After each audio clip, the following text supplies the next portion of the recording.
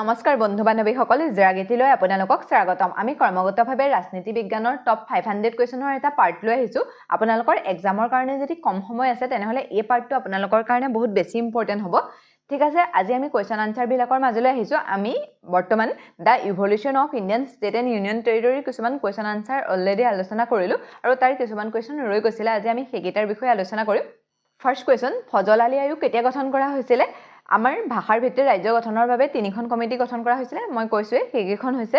ধৰ আয়োগ জেভিভি কমিটি আৰু ফজল আলী আয়োগ এতিয়া সুধিছে যে ফজল আলী আয়োগ কেতিয়া গঠন কৰা হৈছিল 1950 চন 1952 চন 1953 চন 1956 চন ফজল আলী আয়োগ গঠন কৰা হৈছিল 1953 চনত নেক্সট কোৱেশ্যন ৰাজ্যৰ পুনৰ্গঠন আয়োগ ষ্টেট ৰিঅৰ্গেনাইজেশ্যন কমিছনৰ অধ্যক্ষ কোন আছিল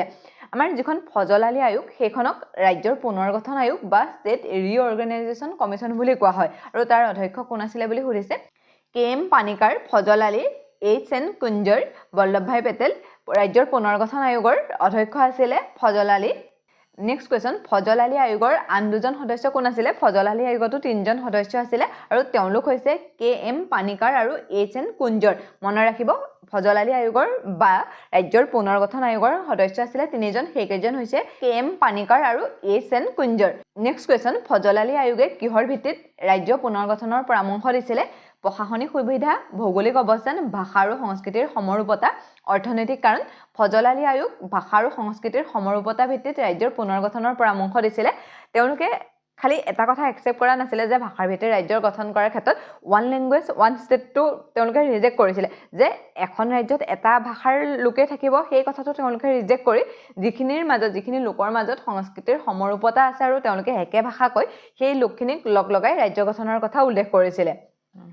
ৰাজ্যৰ পুনৰ্গঠন আইন 1956 চন অনুসৰি কিমানখন ৰাজ্য আৰু কেন্দ্ৰীয় শাসিত অঞ্চল গঠন কৰা হৈছিল 16খন ৰাজ্য আৰু 3টা কেন্দ্ৰীয় শাসিত অঞ্চল 14খন ৰাজ্য আৰু 6টা কেন্দ্ৰীয় শাসিত অঞ্চল 15খন ৰাজ্য আৰু 5টা কেন্দ্ৰীয় শাসিত অঞ্চল 18খন ৰাজ্য আৰু 8টা কেন্দ্ৰীয় শাসিত অঞ্চল ৰাজ্যৰ পুনৰ্গঠন আইন বা ফজল আলী আয়োগৰ অনুসৰি 14খন ৰাজ্য আৰু 6টা কেন্দ্ৰীয় শাসিত অঞ্চল গঠন কৰা হৈছিল নেক্সট কোৱেশ্যন অসমৰ পৰা নাগালেণ্ড ৰাজ্য কেতিয়া গঠন কৰা হৈছিল অসমৰ পৰা পৃথক কৰি 1963 চনত নাগালেণ্ড গঠন কৰা হৈছিল নেক্সট কোৱেশ্যন মেঘালয় মণিপুৰ আৰু ত্ৰিপুৰা ৰাজ্য কিমান চনত পূৰ্ণাংগ ৰাজ্যৰ মৰ্যাদা লাভ কৰিছিল 1970 চন 1971 চন 1972 চন 1975 চন মেঘালয় মণিপুৰ আৰু ত্ৰিপুৰাই পূৰ্ণাংগ ৰাজ্যৰ মৰ্যাদা লাভ কৰিছিল 1972 চন ইম্পৰ্টেন্ট হয় নেক্সট কোৱেশ্যন ছিকিম কিমান চনত ভাৰতৰ পূৰ্ণাংগ ৰাজ্য হিচাপে অন্তৰ্ভুক্ত হৈছিল 1971 চন 1972 চন 1974 চন 1975 চন ছিকিম 1975 চনত ভাৰতৰ এখন পূৰ্ণাংগ ৰাজ্য হিচাপে অন্তৰ্ভুক্ত হৈছিল পোনপ্ৰথমতে ছিকিমখন ভাৰতৰ ৰাজ্য নাছিল বা এখন ভাৰতৰ পৰা পৃথক আছিল 16 মে 1975 চনত 36 কনষ্টিটিউচন এমেণ্ডমেণ্ট অনুসৰি ছিকিমক ভাৰতৰ এখন ৰাজ্য হিচাপে লোৱা হৈছিল আৰু ইয়াৰ আগতে 35 নং কনষ্টিটিউচন এমেণ্ডমেণ্ট অনুসৰি এখন সংঘ ৰাজ্য বা এখন যুক্ত ৰাজ্য হিচাপে ছিকিমক অন্তৰ্ভুক্ত কৰা হৈছিল কোৱেশ্যন মিজোৰাম আৰু অৰুণাচল প্ৰদেশে কিমান চনত পূৰ্ণাংগ ৰাজ্যৰ মৰ্যাদা লাভ কৰিছিল 1986 1987 1991 1992 মিজোৰাম আৰু অৰুণাচল প্ৰদেশে 1987 চনত পূৰ্ণাংগ ৰাজ্যৰ মৰ্যাদা লাভ কৰিছিল নেক্সট কোৱেশ্যন গোৱাই কিমান চনত পূৰ্ণাংগ ৰাজ্য হিচাপে স্বীকৃতি লাভ কৰিছিল গোৱাই 1978 চনত পূৰ্ণাংগ ৰাজ্য হিচাপে স্বীকৃতি লাভ কৰিছিল নেক্সট তেলেংগানাক ভাৰতৰ 28তম ৰাজ্য হিচাপে কেতিয়া গঠন কৰা হৈছিল 2 জুন 2014